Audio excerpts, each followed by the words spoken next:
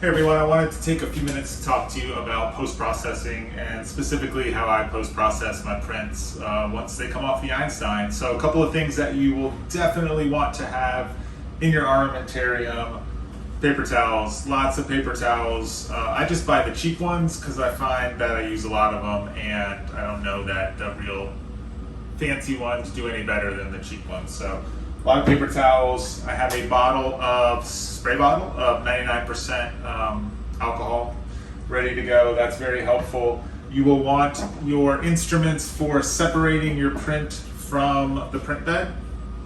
The bill plate. This is the one that comes with your Einstein. It's a blade. It's very, very thin. This also comes, it's got a little more of a thick edge. I don't find this one nearly as useful as I find this one. Some other things that you might need are your spatula. This just helps you to a lot of times clean off the excess resin off of the bill plate. I tend to let if I have time, let my prints just kind of drip to get rid of a lot of that excess. But it just depends on whether you've got the time to let you do that. If not, you've got your spatula to help remove that. And then one thing I find is a must-have, not necessarily for post-processing, for switching the material out of trays and putting it back into the bottle. Very important to have a funnel, and this is the one that I use. It is off of Amazon. It comes with these filters.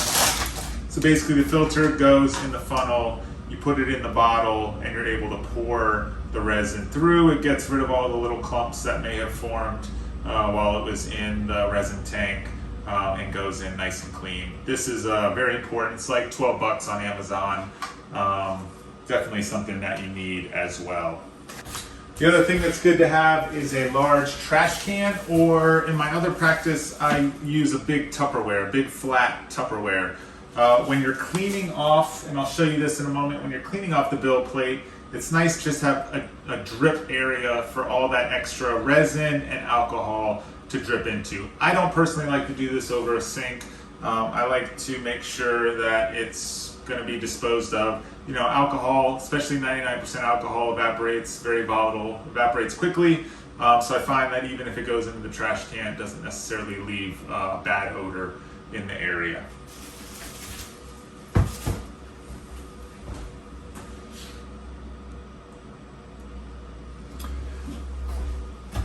So I have a print that just finished. This is a night guard. So I'm going to take it off of the build platform, and it's been here for a while, so you can see we've got it there. I have my alcohol bath ready to roll, and I'll show you that here in a minute. The first thing that I want to do is I want to clean off the build plate, and I like to do this over the trash can, as I said. So all I'm going to do is bring the trash can over here. I have my spray bottle. All right, I'm going to give it a good soaking on both sides. I'm going to get a couple of paper towels, and I'm just going to start the process of cleaning it up, okay? Once again, always over the trash can because it does drip. You don't want resin all over your floors. You don't want resin on your shoes. I certainly don't want resin on my shoes. So it's just good to have an area over which you can work that will catch any of the excess, okay? And it doesn't take long. Just a good wipe down. This is not a thorough cleaning. We're just trying to get rid of everything that might drip at this point. So one paper towel, a little bit of alcohol, we're good to go. And then what I'm going to do is I'm going to come over to my bath, and I'm going to start the process of removing this from the build plate. Now I print my night guards on these little rafts, so all I really need to do is get this blade under the raft and flip it up, okay? And this is a Baron Gruder raft. It's got a bevel on the bottom, so it's actually really, really easy to separate from the bill plate. And this is going to go in the alcohol bath. I'll put this back for now, though we will clean that up a little bit more in a second. So here we are, we've got our night guard in the Envision Tech wash station, and this is, you can see, maybe appreciate, this is only maybe a third filled with alcohol at this point. That's okay. It's going to agitate that alcohol. It's going to do a really nice job of cleaning that print. So what I'm going to come down here and do is set the program. I usually do medium or high for 5 minutes or so. So actually, let's go high. 5 minutes, and we're going to start. You can hear it kind of revving up. It's going to agitate that alcohol. It's going to clean this print really, really well. So 5 minutes, I will do this cycle, and then I'll show you what happens next. Once our night guard finishes its cleaning cycle, it's always nice to give it a little bit more of a clean with some pure, unadulterated, clean alcohol, okay? So this alcohol gets reused for different materials, so you'll see it's maybe a little cloudy. It's not necessarily doing 100% of its job at this point. So if you have some nice clean alcohol that you can use, basically to get out any of the rest of the unpolymerized resin. So in this case, all I'm really worried about is this intaglio surface on my night guard. So all I'm gonna do is take my alcohol again over the trash can, and I'm just gonna spray it out. Now alternatively, and I know everybody does this a little bit of a different way, my other practice, I have a little tub of clean alcohol that I would basically put this in, a Tupperware, just put the lid on it, shake it for about 30 seconds, and it's ready to go, okay? Next step on this is we gotta get it nice and dry before we put it into our Odo Flash. Oh, the other thing that I wanna do is I've got this raft on there, so I'm just gonna come in here and I'm gonna clip off the ends of this. That'll just give us a little less to grind when the time comes to remove that raft. Okay, ready to go. All right, so there's no great mystery in how to dry off the excess alcohol. Matter of fact, just with the night guard sitting here for a minute as I set up this shot, most of it's already evaporated off. But I have these compressed air, and you guys may have one that's a little bit more powerful than this. This is what I use to thin out my bonding agent. It's just an air line that's got some warm air that comes out. So all I'm gonna do is just hit it with this for maybe 30 seconds or so to make sure we've evaporated off all the alcohol.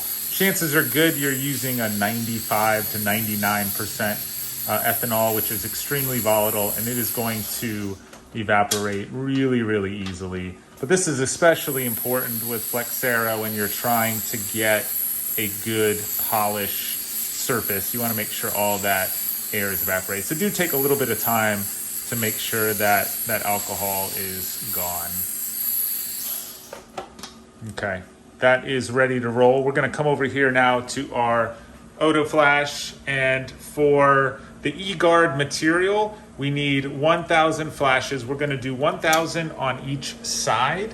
So I'm gonna put it in with the intaglio down first. It doesn't matter which one you do first. I'm gonna close it, and we're gonna do 1,000 on that side, then we'll flip it over and do 1,000 more. While we're waiting for that, I wanted to show you, let me see if I can zoom in on this a little bit more. So I've been playing around with my staining and glazing technique for Flexera, and you can see there's one of these that I have not glazed yet. It's pretty obvious. I've just added the stain, but I've been getting some great results using glycerin and Flexera as my glaze coat. So I will share that technique with you in a coming video. Super happy with how these are turning out though recently.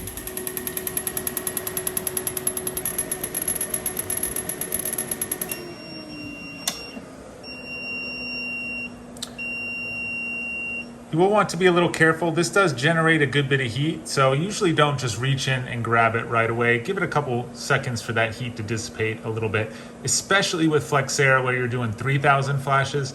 That thing can get a little bit warm, so you just want to be careful. I'm gonna flip it over and we are gonna repeat that process.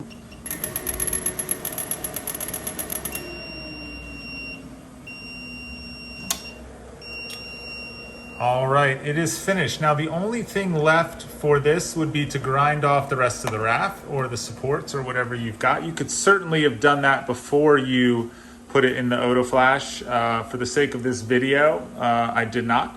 But basically that's ready to go. Now after you adjust this in the patient's mouth and get it dialed in, you will want to do another 1,000 flashes. But once again, you want to follow the directions for the given material coat. So key splint soft may be a little bit different. all the OdaFlash cure times are on knowledge.envisiontech.com. So make sure you check that out. I'll put a link here in the video for you, but that is definitely a page you want bookmarked on your screen. All right, so that's it. Post-processing, things will be a little bit different if you're doing Flexera, obviously, but not too different. And everything, everything works pretty well. So basically, you got to get it clean, right? You got to get it dry, and then you got to get it cured. That's post-processing with the Einstein. All right, a little bonus footage of getting my eGuard material, in this case, back in the bottle. So I'm going to put my funnel in. I'm going to put the funnel filter in as well. And then we have to be a little bit careful. So I always put a paper towel down around the base. You may not be able to see that on the video, but you always want to be a little bit careful that you're not dumping this in too quickly.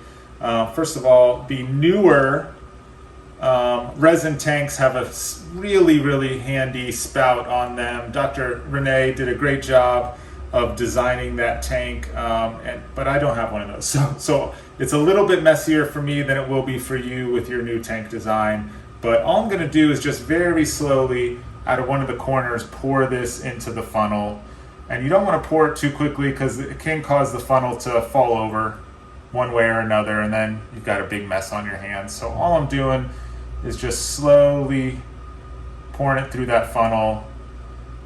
You don't want it to get any higher than about halfway up the funnel, or else it could tip over, even though I'm holding it. Now, ideally, these resin tanks only cost about 150 bucks, so you would probably want to get, the most convenient thing to do is to get a resin tank for each material that you print. Okay, and that may include several different shades of Flexera. Those come with lids. You can store those away for the most part. You can eliminate having to do this very often, because this does take a few minutes and it is kind of a pain. But we all know how much these resins cost, and so you definitely don't want to waste any of them. Now, once this gets pretty close to the end, I'm gonna grab my spatula. This is really what I use the spatula for the most. You wanna make sure that spatula is clean, and then I'm gonna get as much of this excess resin out of the tank as I possibly can. All right. The reason for that is twofold. One, you don't wanna waste any material, but two, you're gonna put a different material into this tank once it's clean, and getting as much resin out as you possibly can will simplify that process. All right, so all I'm gonna do, let me see if I can do this in a way that you can see it. Let me do it from the back side. All I'm gonna do is take that spatula like you would trying to get brownie batter out of a bowl. If you've ever done any baking, I love to bake, so I do this all the time. You're just trying to get as much of that resin out as you can, within reason. All right, and then what you're gonna do is you're gonna use your alcohol spray bottle over your trash can to clean this tank to get it ready for the next material. All right, so if you've been printing for a while, you know all this. But if you're new to printing, hopefully this will be helpful for you. Okay, once that's done, I'm gonna put this down on my paper towel, take it over to my trash can, clean it out. You go through a lot of alcohol in this process. Excuse me. And really in printing in general. A lot of paper towels, a lot of alcohol.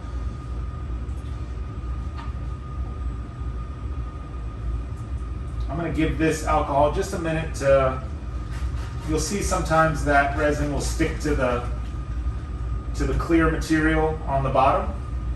And so if you give it just a minute, it can loosen that up, and sometimes scrubbing it with a paper towel, just gently, very gently. You always want to be gentle with these resin tanks. Can help free up that excess resin and give you a nice clear bottom, right? Because remember, the printer cures through that clear strip, so we got to make sure that it's able to do so efficiently and effectively.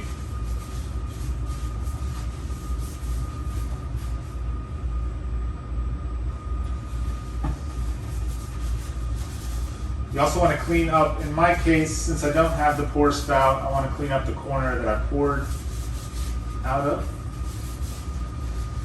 on the external surface. Just make sure I don't have any that got around on the bottom. All right, but you get the idea. For the most part, you just want to repeat this process until your resin tank is clean. Pretty straightforward, nothing too complicated, but and a very important job when you're switching resins. And so it's okay if the end result, if it's a little bit cloudy. Okay, I don't know how well you can see that. It's a little bit cloudy, but it should be clear. You shouldn't see any of that resin on that surface. All right, and that tank is ready to go.